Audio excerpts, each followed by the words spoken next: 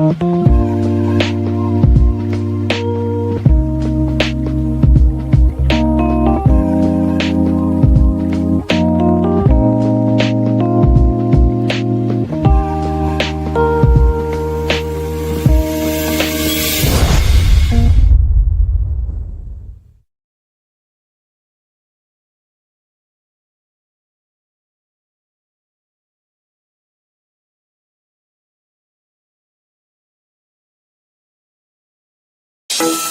a world where news flies around every minute, you need the ability to relate and connect with what matters and stay up to date.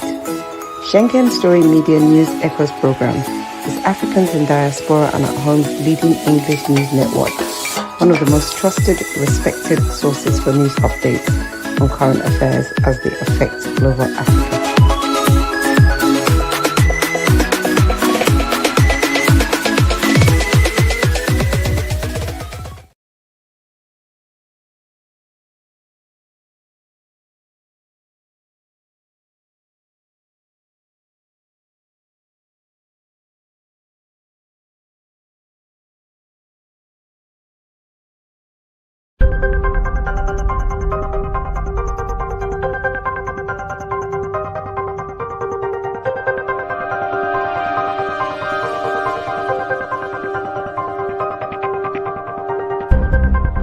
Elevate your new week, fuel your success.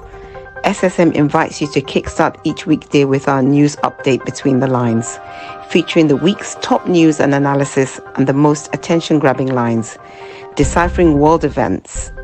Hook up to SSM Monday program Between the Lines.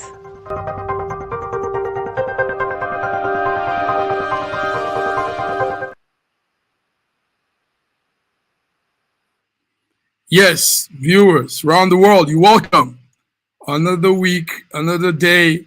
It's Monday, the 22nd of June, 2026. And I'm here in Milan studio. As you can see, it's really, really hot. And that's the first thing we're also talking about today. Europe is blazing hot. They call it heat dome. Heat dome is blowing around Europe. The spike in temperature has driven a lot of people around the Europe continent. They say it's there's a hot wind blowing from the Sahara. That wind is blowing across the Atlantic and it's coming to Europe. That wind is filled with strong pressure system. And what they termed it is the heat dome. So the heat dome is blowing, heat wave sweeps across Europe. We have some pictures here also.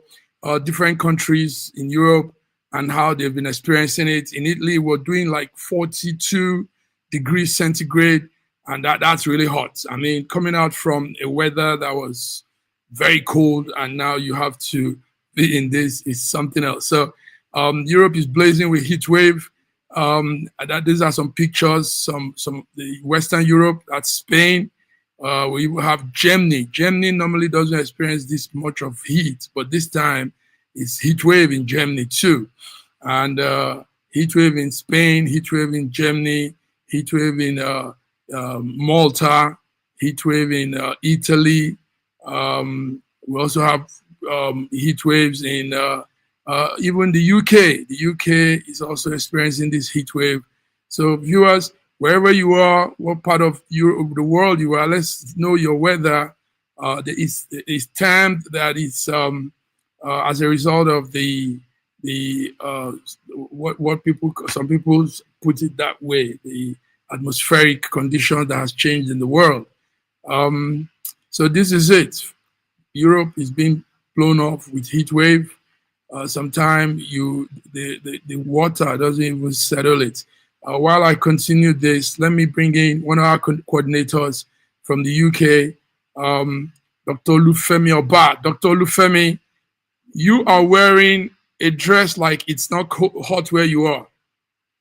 It's not, no. It's just a little bit monkey jacket on top of a very light shirt. It's not. Yeah, it's not. It was warm during the day, but not extremely hot. But we're expecting the hottest Wednesday in June, in the next 2 days. It was about 29:30 this afternoon at the highest. But as of this evening, it's gone down. The weather is quite calm. I'm sitting in my garden. It's very cool, calm, and fresh breeze is actually blowing out here. So, like, when you're indoors, you'll feel it that much. But because if you go into the garden and sit down, it's quite calm there. But we're expecting a very, very hot Wednesday.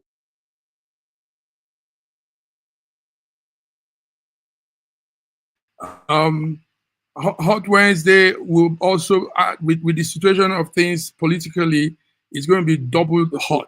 I mean, let's talk about, let's talk about the breaking news coming from your end there. UK Prime Minister Starmer resigns after 2 years in power.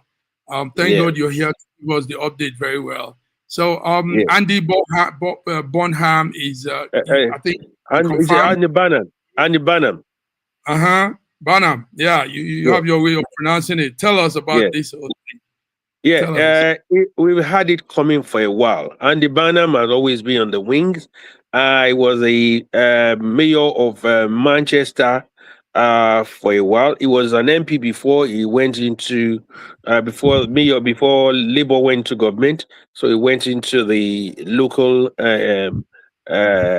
political aspect. So he went to Manchester, one of the biggest boroughs in the UK, to contest as a mayor, and was a mayor there for a while. And then there was an opening in Marksfield recently. The MP resigned, and there was a vacancy there. So he resigned as the MP, as the mayor of Manchester, to contest election there. The Prime Minister did not give him his blessing to do that, because to be a contender, you have to be an MP. To be a contestant to be the office of the Prime Minister, and he's always been a major force against the Prime Minister. There were camps within the Labour Party, so he was in another camp entirely, and he has always been on the back of the Prime Minister. But the Prime Minister actually kept him out of Westminster and left him in Manchester. But with the opening there, he resigned and he contested. The Prime Minister did not give him his blessing to contest. But when he came in to contest, because of the parties within the committee and the areas where he contested knew the reason why he's coming there to come and contest was because he wants to come to Westminster to come and challenge the Prime Minister. Even within the caucus of the Labour Party, he had major supporters within the cabinet. So with him winning the election last Saturday, there was handwriting on the wall that Keir Starmer's time was up. So now Bonner has been sworn into the parliament today, and because of while he's done that, he can now officially contest or ask for the committee of the House to trigger internal election within the party. Let's go deeper now, viewers. Before we go further, also let's bring the big man from Toronto, Canada, Sir George Chukwu. I hope the network the heat will not really disrupt things. Yes, it's really hot out here. Anyway, Big George, can you? I can hear you clearly. Can you guys hear me? Yeah, we can hear you now, Sir George. Okay, Dr. Olufemi, it's good to see you. How are finally you? Back in London? Yeah, finally back. Awesome. We thank God for the successful burial of your mom. Thank you very much. Thank you very much. Our condolences are going out to you and your family. Thank you very much. I heard what you guys were discussing regarding the Prime Minister of England, his resignation and why he was leaving. But anyway, One of the things that I'm going to say is also that I wish that in our own country, we can embrace this type of democracy, where incompetency can have somebody to just on their own resign because they feel like, they're not as popular as they're supposed to be, rather than just, manipulating the system and insisting on staying there. And this is across the board. It doesn't matter what party. I'm not talking about, PDP, APC, or whatever. But that type of democracy where people's confidence is waned in a leader and they are able to just relinquish themselves or just, release themselves from that position and let somebody else who might have a better idea or more popular than they are to take over.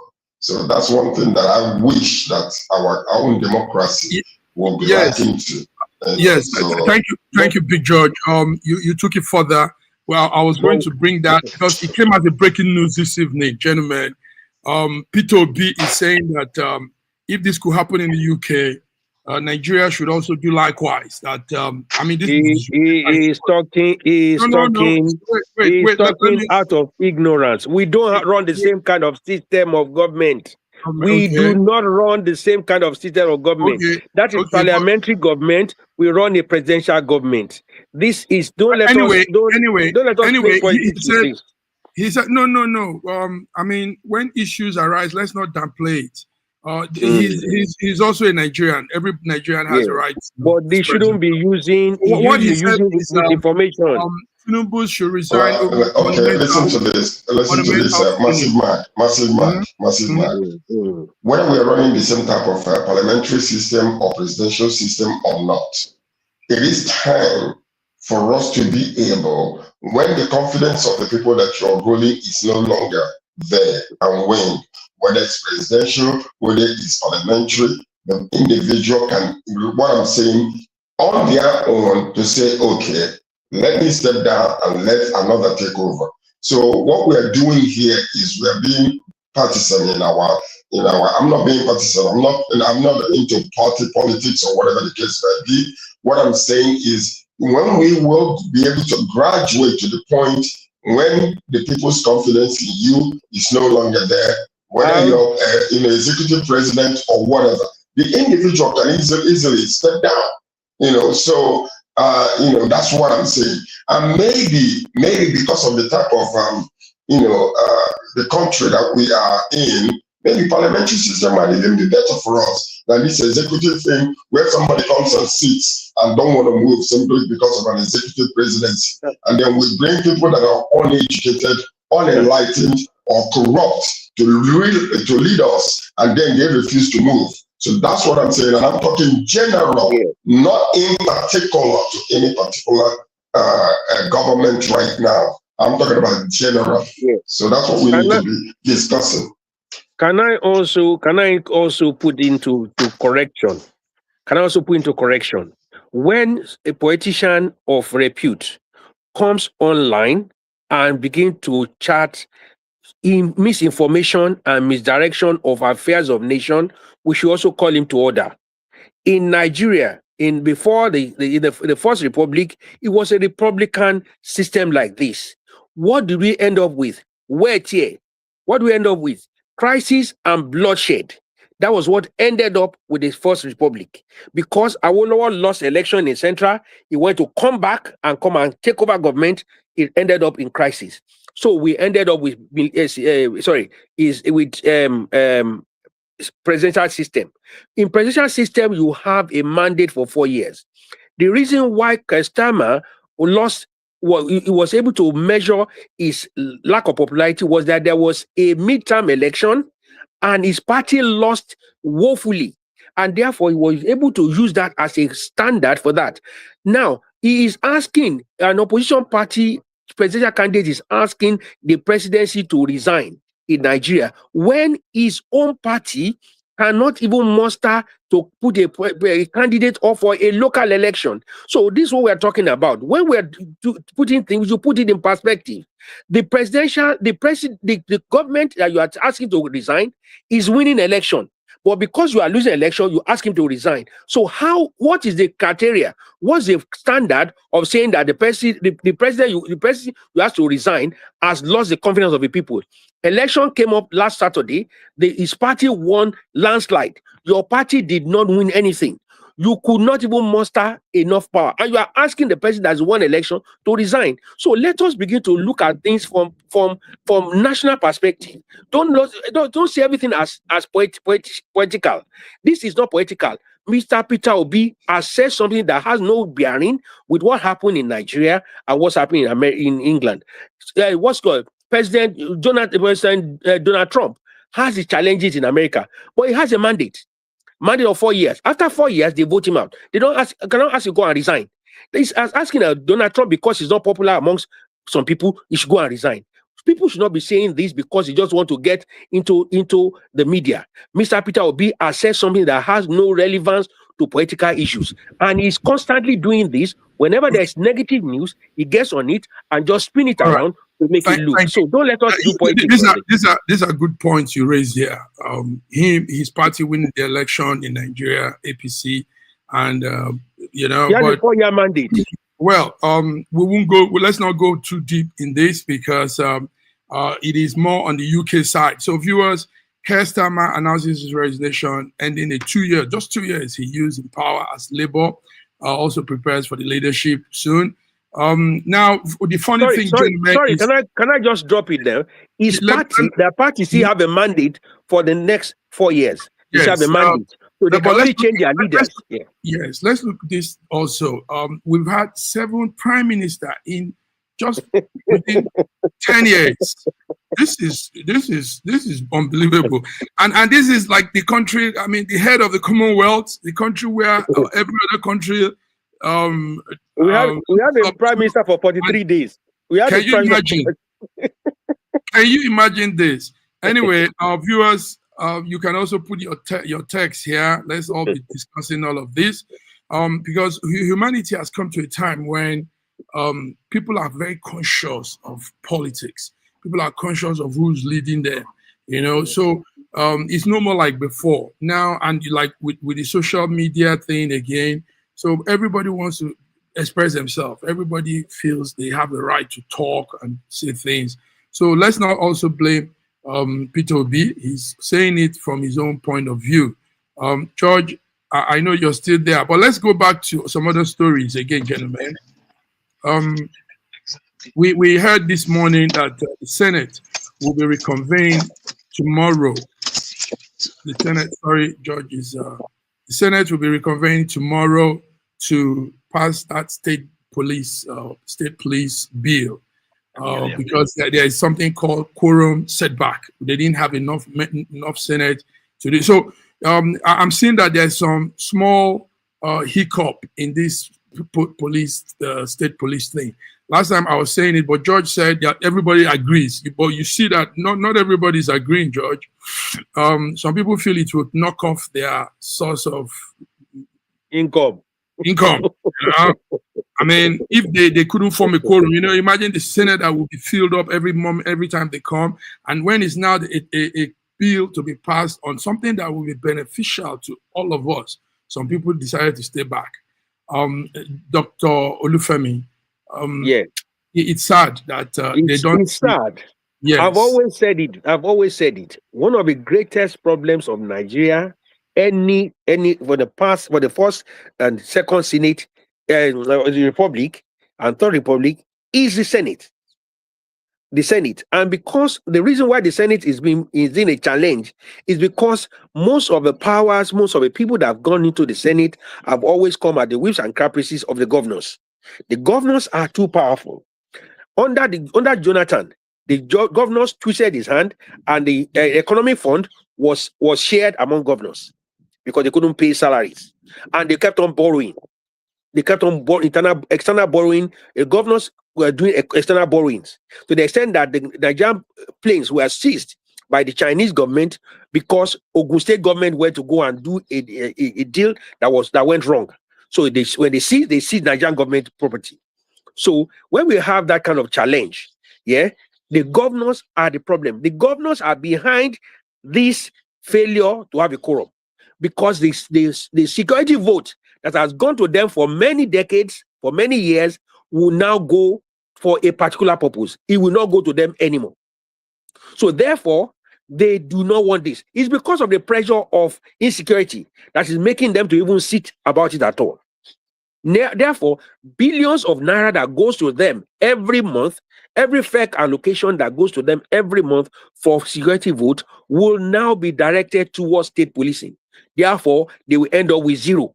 So they don't want to let go.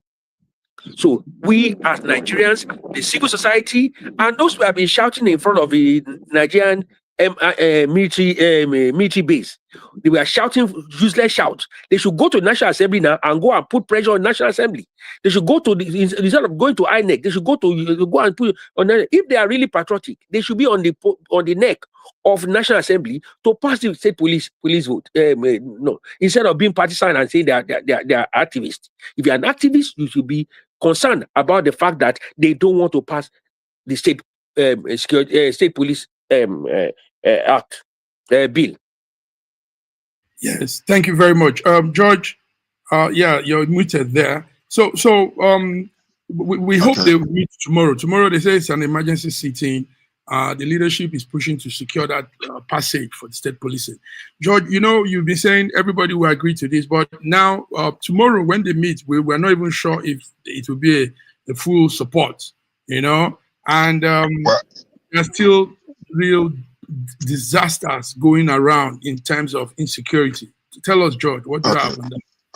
Okay. Yeah. One of the issues that I have a lot is this negative type of application, blaming things like, activists, and you don't tell activists what to act about.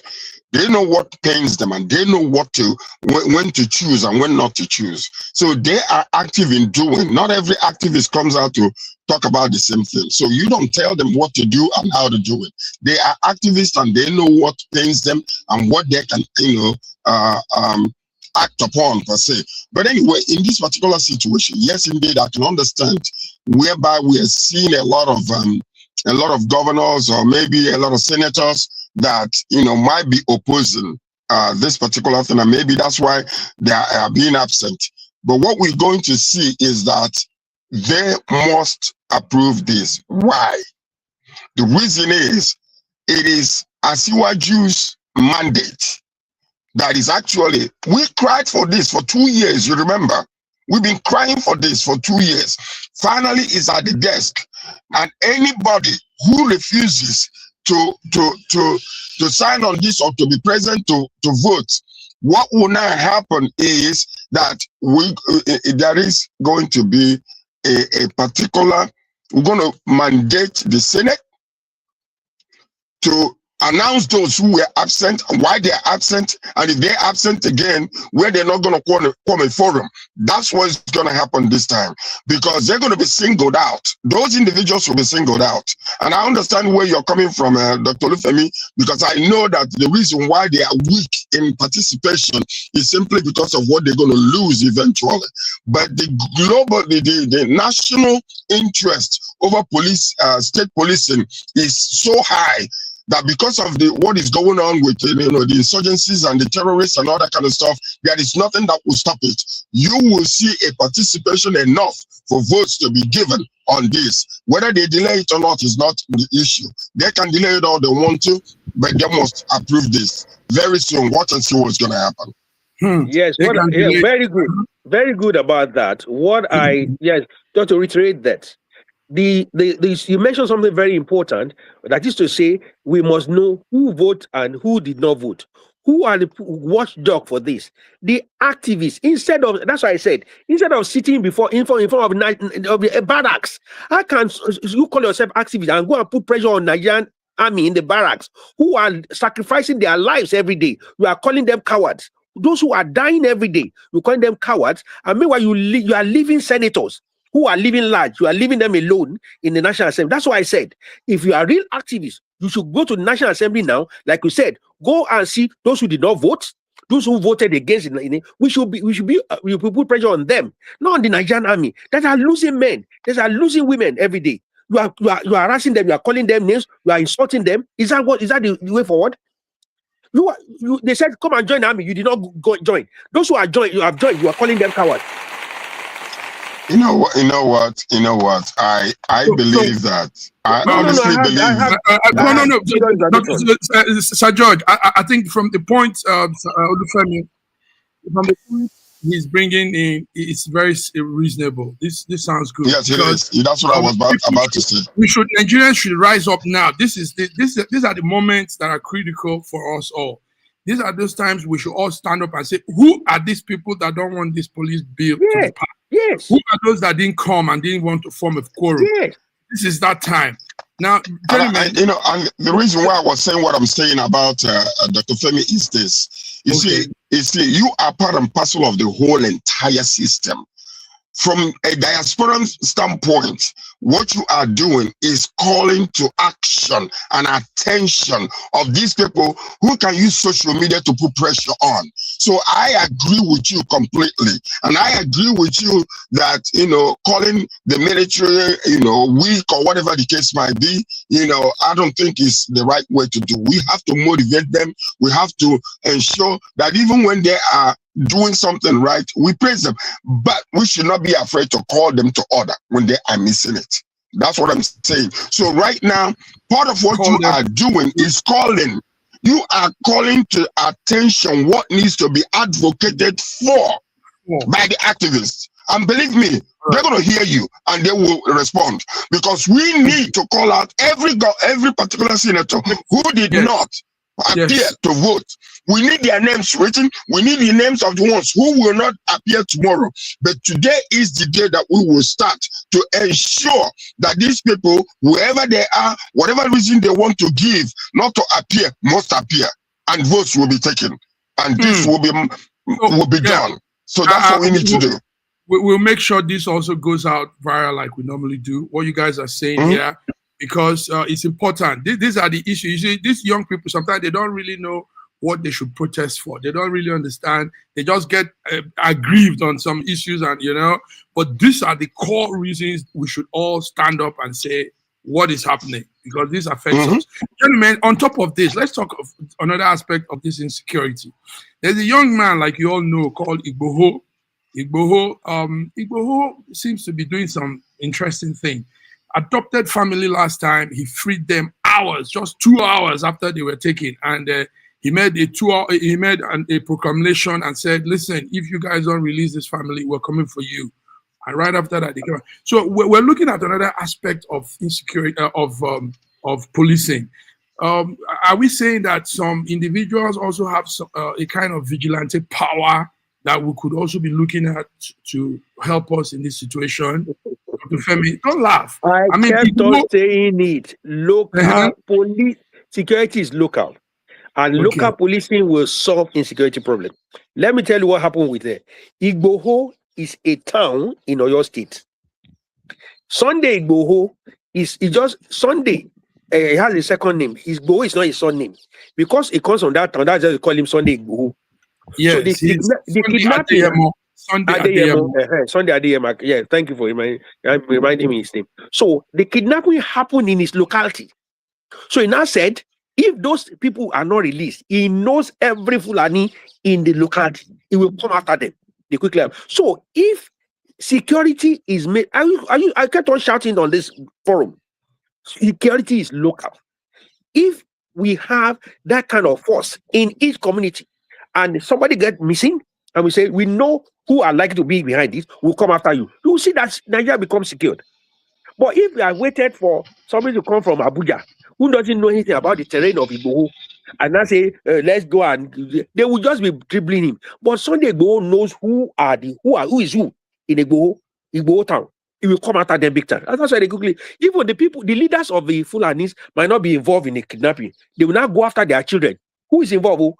Because we don't want trouble. If the Igboho comes, it will give us trouble. So if that becomes the leverage at every local government, if that becomes the leverage at every state level, Nigeria will be secured.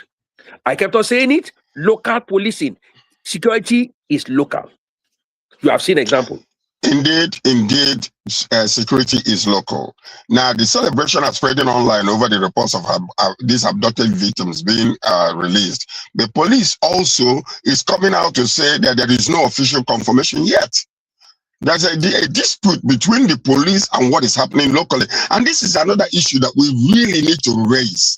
Because sometimes you see some of these institutions, they come out simply because credit is not going to them. They come out to begin to combat with the status quo, and like, okay, say so for instance, with this situation now, the video show residents singing and dancing over, after activists Sunday issued a 2-hour ultimatum to kidnappers, accusing certain Fulani elements of involvement.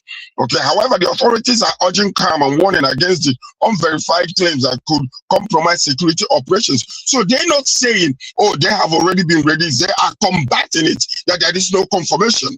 So, all of a sudden, you see that there is a factional type of appearance when an individual like Sunday will come and, do something that it will be successful. It seems like he's coming against the police. He's coming against the security system.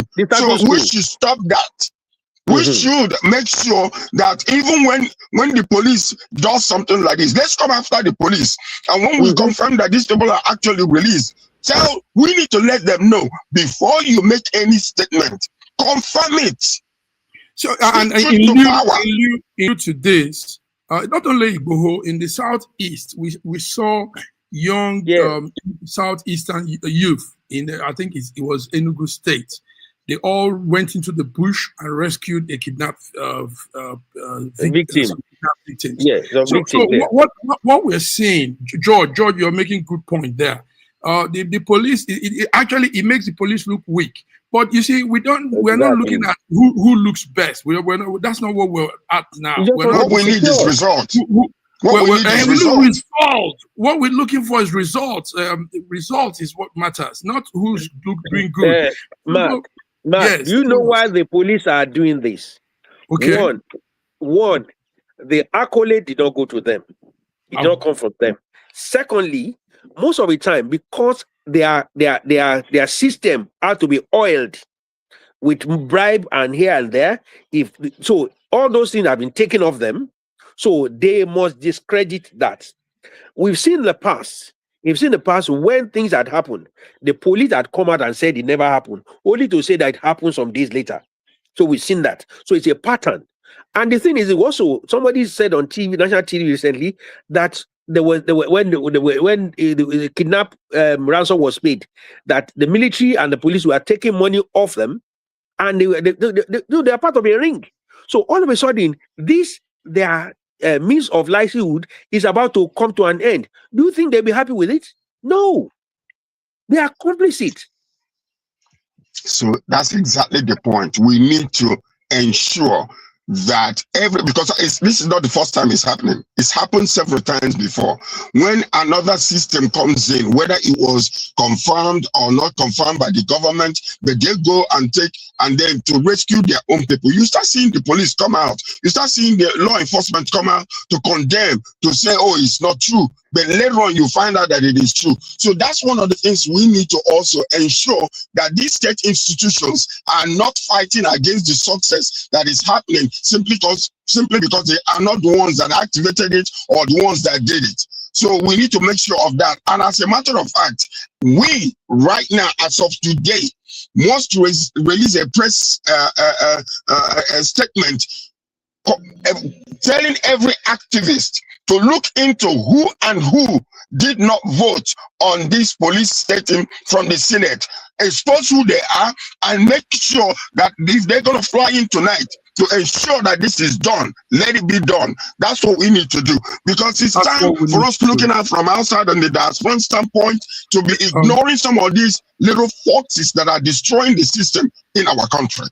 Thank you, George. Thank you, Dr. Wale. Let me also say that we have some good number of viewers following us. Viewers, you're free to write your own side of what we're saying. We're talking about insecurity.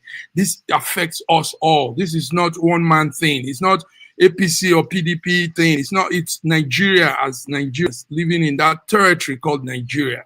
So we need your comments too. We all need to put our eyes into this. Gentlemen, still going further on this. And by the way, before you continue, Massive Mark, we need to let the whole Nigerians know that the lawmakers need 2/3 majority to pass this bill.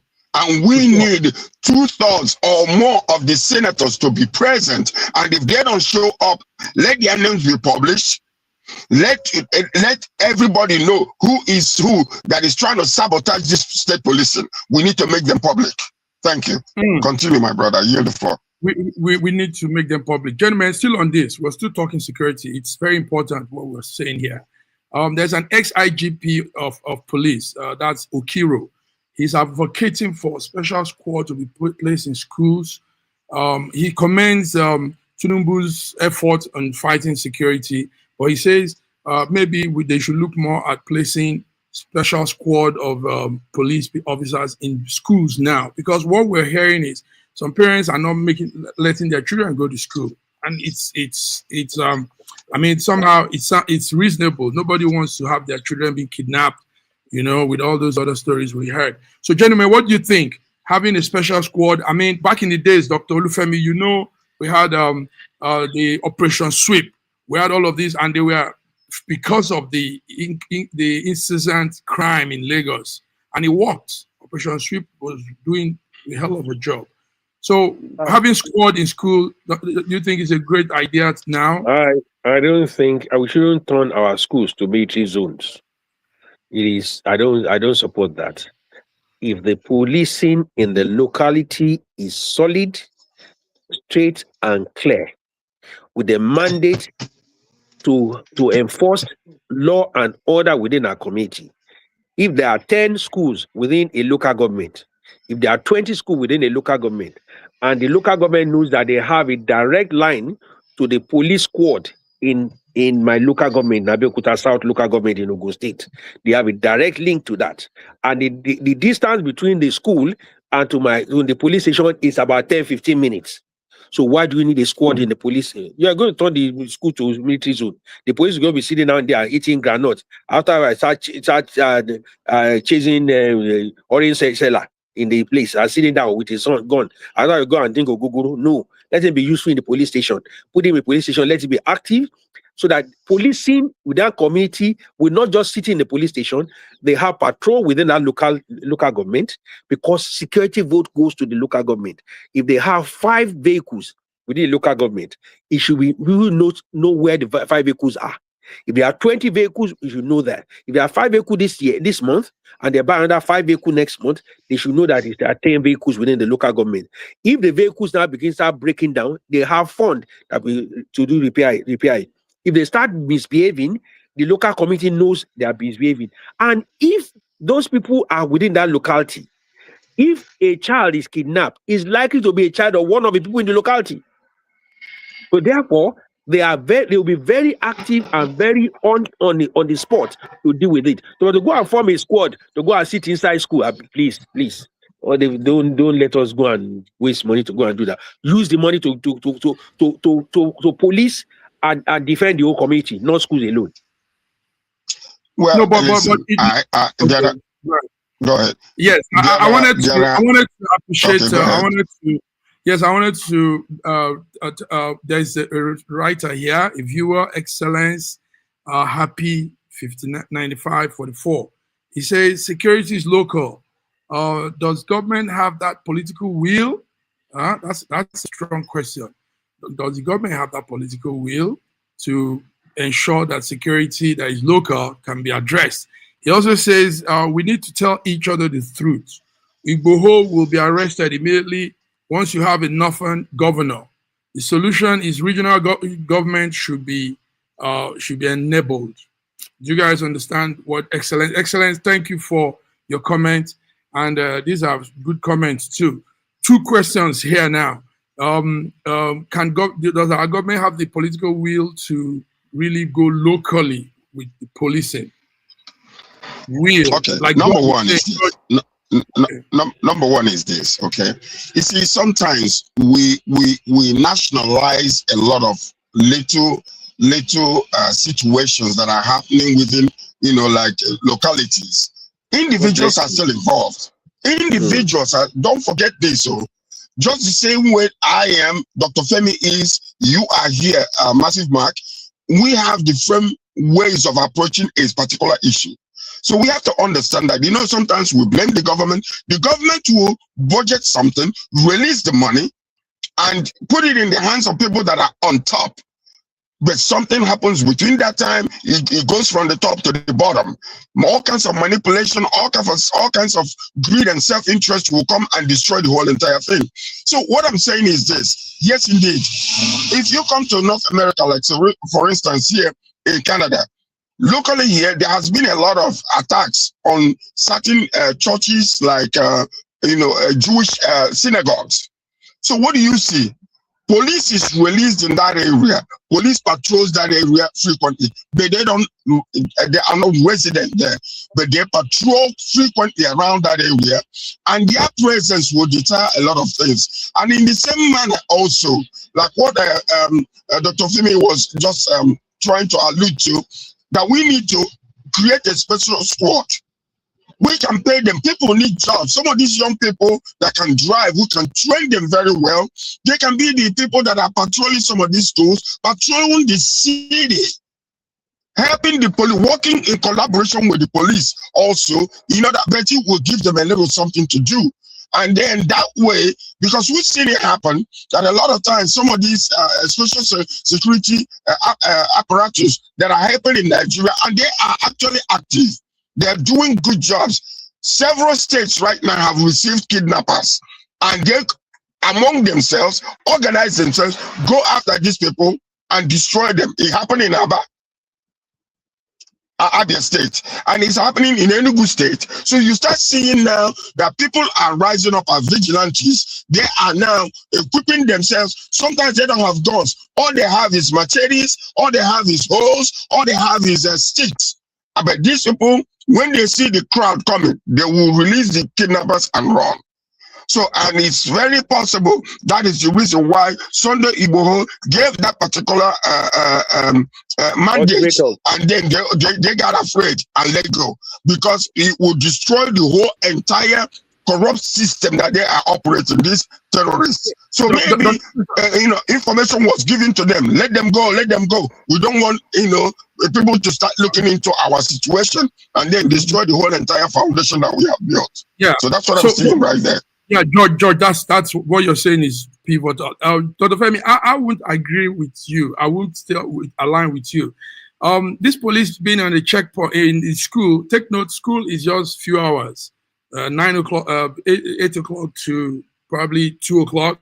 So it's not like the whole day thing. And also take note that the man that gave the suggestion is a retired police officer. So he understands security. He understands the power of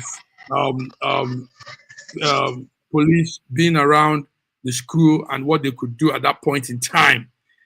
So it's not a bad idea. While we're still looking into the state policing, we could also look into having police, because students are no more going to school. Pupils are no more going to school. Let's bring in our great man there, also from the UK, Femi Oke. I know these issues also, he takes passion to address them. You're welcome, big man. Hello, nice to see you. How are you? Hi there, everybody. How are you? I'm good. We're good. Good to see you. Sorry, I'm late. Yes, you're late, but it's all good. Okay. Mark, let me just quickly make a comment about this. I'm not averse to creating secured environment around the school, but look at the normal environment where police will go and sit down in schools. Eventually, it will come. You imagine our system. They will go and sit down, go and take one chair. After a while, you see him sleeping, putting his gun on the side and sleep off. No, police should be active. Like Mark said, and Sergio said, in what happened in there, it's about patrolling.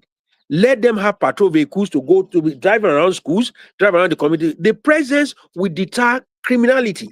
So all we're talking about, instead of going to sit down in schools, let them have patrols, If it's on bikes, if it's on what's called tricycle, if it's on so you can go within you can take 2 or 3 policemen at the same time, but within the community, you can drive around and they can deter criminality. Not you go and sit in one school and then say, oh, we are guiding a school. And then before you know it, the policeman has slept off. And if he doesn't appear today, nobody will know he doesn't appear. He will come there without uniform or come there with slippers and come and sit down and start playing with the person that is selling Eba. You know our system. It will just become lethargic. And then before you know it, the security issue is put aside. But let there be a patrol that walks around the community, that goes within the local. Let security be local, within the local environment, and properly done. And somebody asked, a political will. Political will is driven by people's will. If the people are not secured and they realize that the government has released money for policing, they will come after the local government. They will come after the people in local government. They come after the security in local government. And because they are within their community, for example, if somebody is kidnapped within the community and the police are supposed to do it and they are not doing it, you know what the local community will do? They go after them. And because they don't want to go after, they don't want to go after them, they will do the needful. Yeah, can I come in? We have 110,000 primary schools and secondary schools in Nigeria. The number of police in Nigeria is just about 300 and something thousand. It's not possible to have a policeman at every school. And even if there were a policeman at every school, one policeman is not going to stop 50 bandits who come to attack the school. So in the end, it will be an ineffective policy, although as laudable as you might think it is. I remember when I was in school, in African Church Grammar School, and we went there together, we used to have some soldiers. There were soldiers there, disciplinarians. That's just because there was a hangover from the military era. But they can't be in every single school. That's just not realistic. So the main thing really is that the bandits and the kidnappers need to be dealt a strong lesson, which is when you kidnap, you're going to die. So we're not going to give you money. We're going to eliminate you. So if they know that they're not going to receive any money and they're not going to get any rewards, and that the only reward they're going to get is bullets, that's when it will stop. So long as we're negotiating with them, like what Peter Obi says and others, there will be no end to this thing. There will be no end to this thing. Femi, thank you for coming in and putting that the figure you gave. Yeah, that's what it is. Gentlemen, let's also get our viewers involved. By the way, listen, massive man. Sorry, George. Excuse me. Sorry, George. Kehinde Nike is also here making some points. She says, "Good evening, everyone," and saying some things. So. Questions are being asked. Say, without economic empowerment in the grassroots, can local police be? Somebody's putting that. And we also have, it says, without economic empowerment, community police is in vain. You can only police a people with welfare system from the government. Yeah, that was what you said. Yeah, that is not true. It's not true. That is not true. Can I just put something in there? Policing itself is job creation. Policing and security will create an environment for economic growth. The problem with Nigerians, let me tell you one problem with Nigerians. Everything has to be government give us money. Government give us money. Government give us money. And until we get away from that, even infrastructure is a job creation on its own. When you have, let's say they build police station in my local government now, and we want to employ 100 policemen from that locality. You have created 100 jobs from that. Before you know it, you have created an environment, maybe within that police station, then somebody will start selling food to them. You have created a job for them. Somebody selling drinks to them. You have created a job for that. And some people will be taking them to work. You have created a job for that. So from that, you have created jobs. And because that place is more secured, people, it will also encourage direct investment. People will want to it's more secure now. I can now invest. But people don't think because there's no economic. They just say economic is that government give us money. Government give us money. It is not like that. Government don't run like that.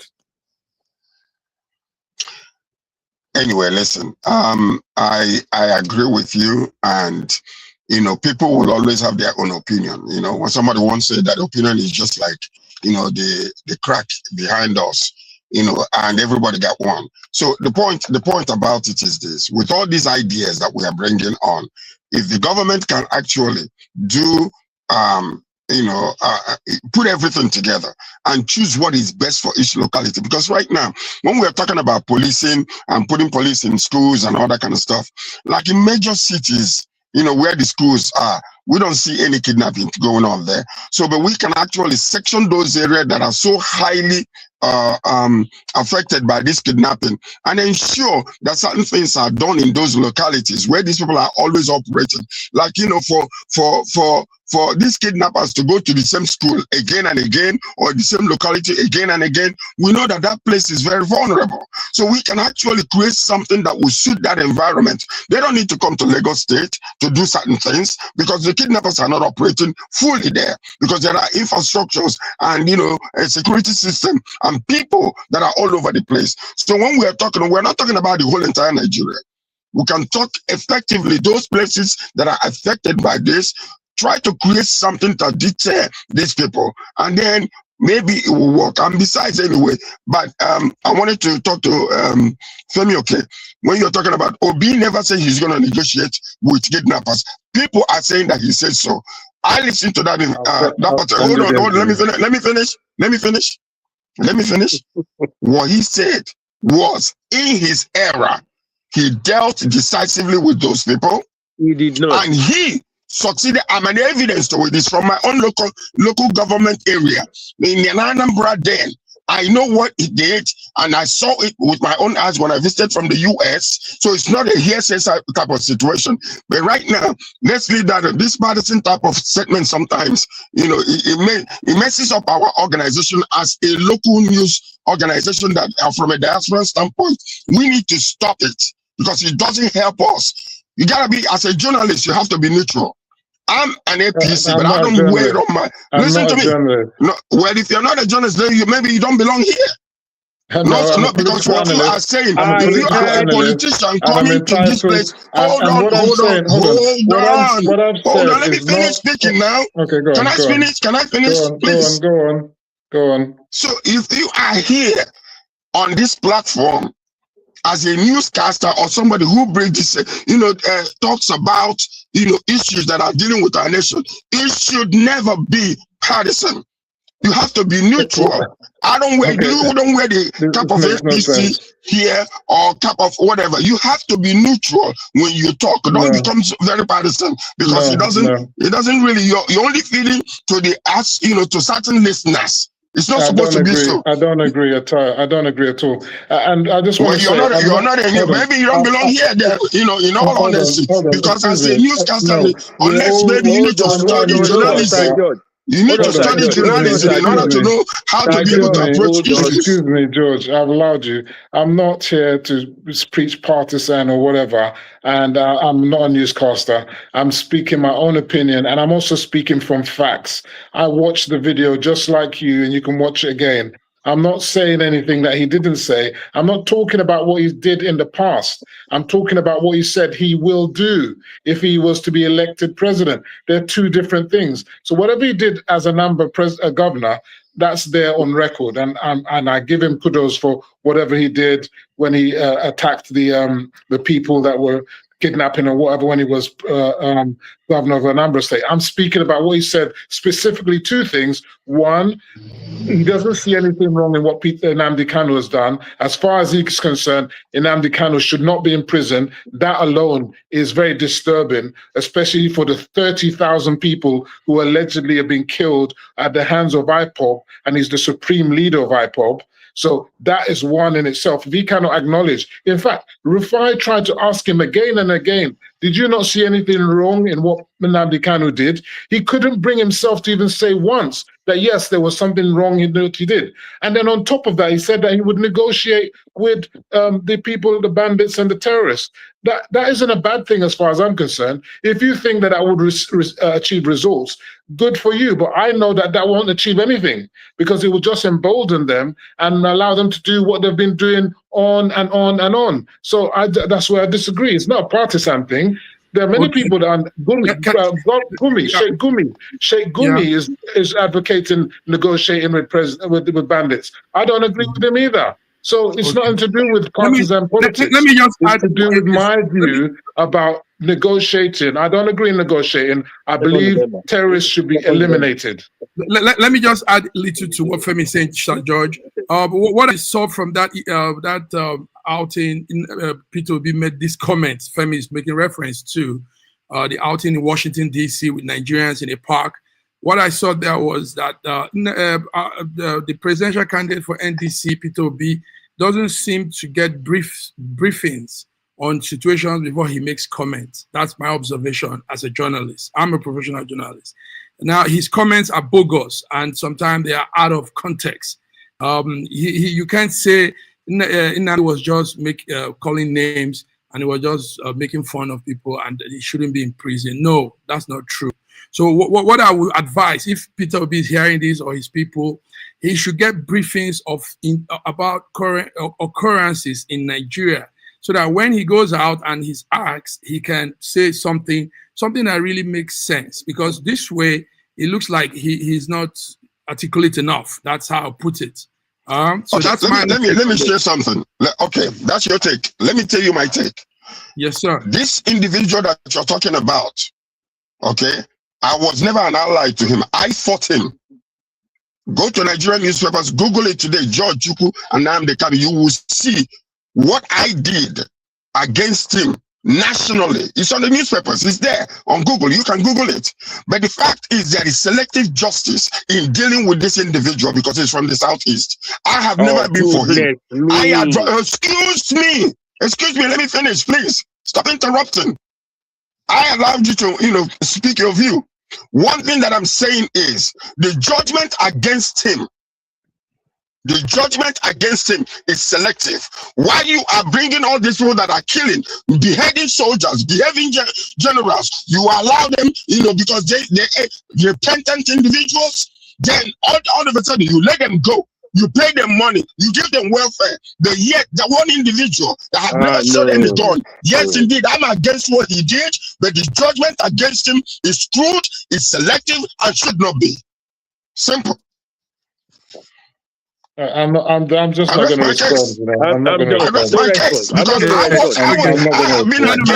I have been against what he was doing. I have been against the way he narrated things that inspired a lot of children to be killed. No comment. All right. No comment. Thank you very much. Yes. The beautiful thing is we all have our passionate views, and it still goes to one point. We want a better Nigeria. So let's move 100%. on. Let's move on to something before we go. It's almost time, but let's look at the Brazil that has approved Air Peace operation. Air Peace will be flying from, will also coming to Toronto, like you guys call it, New York, Guangzhou, China. So Air Peace looks like it's expanding, gentlemen, and this is almost becoming like a Nigerian national carrier. Take note, it's bringing our brothers and sisters in South Africa. He's bringing people that request to come home. Let's talk about Air Peace. Dr. Femi, okay? Yes, I've flown from London Gatwick to Nigeria with Air Peace, and I enjoyed the flight. The food was lovely. The only thing is, as I said before, the internal communication. No, what do you call it? The entertainment wasn't working. So, but if they can get that one done, I'm happy to fly with Air Peace all the time. And I'm glad they're going to Barbados. I think, is it Barbados? They go to Barbados. They're going to Brazil. It's all great. We don't need a government national carrier. If we have a private one, if Air Peace is the one, I'm happy to back it up. If there's any other ones that are Nigerian owned, it's all good for me. Government owning stuff doesn't work in Nigeria. That's my personal opinion. Exactly, and that's why I want to anchor my comment as well. Government doesn't have to own a national airline. It doesn't work. Let it live in the hands of businessmen to work it out. And as much as it's being made successful by Air Peace, others will join in there and then make it better. Government has no business in this because it's never worked in the past, and I don't know what magic wand that Nigerian government, the government would do, will bring to have a national airline and work. Even when they had an agreement with Virgin Nigeria, it was so bad that Richard Branson said that if you come to Nigeria and do air business, if Jesus Christ does that, it will be corrupted. So that was how bad it was. So it has to be a private one, and since it's running, let it be. Yes, I applaud that. I applaud Allen Onyema. He's been, he's doing very fantastic. But also, I give kudos to the Federal Minister of Aviation in Nigeria. This man, I am telling you, among all the Tinubu's administration, and that man stands out as I'm talking about, he has an international mindset when it comes to what he's doing. And I applaud him so much, that we need to sing his praises continuously. What's his name again? The name just escaped me. Keyamo is just off the hook. When it comes to the way he's dealing, what he's done so far, I applaud him, and I hope other ministers will look into what he's doing and be able to effectively apply whatever wisdom or educational prowess that they have in order to make Nigeria a functioning, efficient country. So I applaud him. I'm so happy with that man. I'm with you. So, the thing is that, but you guys need to know that the federal government is also in the process of bringing back a national carrier. Imagine. Let's wait and see. Yes. There's still the plan. Have you guys spoken about the recent elections already? Yeah, you came late, so we are done. Anyway, I want to also. It was a landslide. Yes. The excellent is still writing. Excellent, happy is still with us. And can I just put a word about Ekiti? There's a young man on social media has been ranting on social media. He's called Mr. Isaac Fayoshe, ranting as if he's going to bring a tsunami into there. It shows that most of the noise on social media makes no impact at all. His party, the party he was supporting, had only 40,000 votes compared to 300 and something thousand votes. And sometimes people like this gives an impression that they are the tsunami that's going to happen, and it's happening all over. This should be a landmark for everyone to know that what 2027 is going to look like. A lot of people are shouting on social media. That's what I want to bring to the party. Zero electoral value. Hold on, I just want to say to you, there were 7 elections on the 20th of June, 2026. 7 distinct elections. There were 6 senatorial elections in 6 different states. Amongst those states was Nasarawa State, Enugu State, Kano State, and so on. In every single one of them, APC won with a massive landslide. The other parties were distant. NDC came a distant third in I think it was in Enugu and then Nasarawa came a distant fourth. So what I'm just trying to say to you is that the writing for 2027 is on the wall. And what it is basically this: a splintered opposition can never defeat an incumbent. And then a splintered opposition that's fighting themselves, that is fighting between the parties. NDC don't like ADC, they don't like Labour. And then even within themselves, they're fighting as well. And they expect to have victory. Look, all we're going to hear in 2027 is another stolen mandate, vote buying and all this crap, which is the blame excuses that we get from the opposition whenever they lose. And they didn't lose. If they lose with a close loss, but it's a massive loss. So there's no excuse. And all this vote buying excuses are just not realistic. It's just an excuse to cover up their failure. Strong word. And while we are talking about that, I'm also an APC member, but we need to also, in order to rebaptize and sanitize our electoral process, Ekiti landslide fuels on Osuma ambition, yes. But controversy over vote buying and INEC impartiality still looms all over the place. And there was a man from his name is at APC chairman Jared Tenebe wearing INEC. This is chairman, a chairman. So the guy is wearing an INEC observer vest during the election.